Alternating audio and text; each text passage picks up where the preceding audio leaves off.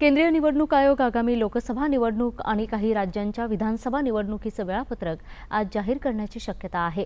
आज दुपारी 3 वाजता नवी दिल्ली इथं वार्ताहर परिषदेत निवडणूक आयुक्त निवडणुकीच्या तारखा जाहीर करतील अशी माहिती निवडणूक आयोगानं दिली आहे। या तारखा जाहीर झाल्यानंतर ताबडतोब देशभरात आचारसंहिता लागू होईल अशी माहिती मुख्य निवडणूक आयुक्त राजीव कुमार यांनी दिली आहे।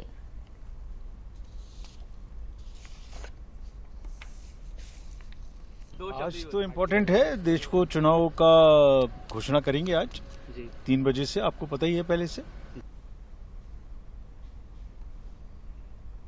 2 नव्या निवडणूक आयुक्तांनी पदभार स्वीकारल्यानंतर मुख्य निवडणूक आयुक्त राजीव कुमार यांनी नवीन निवडणूक आयुक्त ज्ञानेश कुमार आणि सुखबीर सिंग संधू यांच्यासोबत चर्चा केली।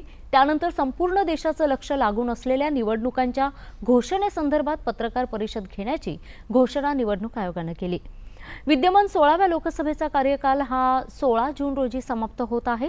या लोकसभेकरिता 2019 मध्ये 10 मार्च रोजी निवडणुकीची घोषणा ही करण्यात आली आणि एप्रिल आणि मे महिन्यामध्ये 7 टप्प्यांमध्ये त्यासाठी मतदान घेण्यात आलं होतं।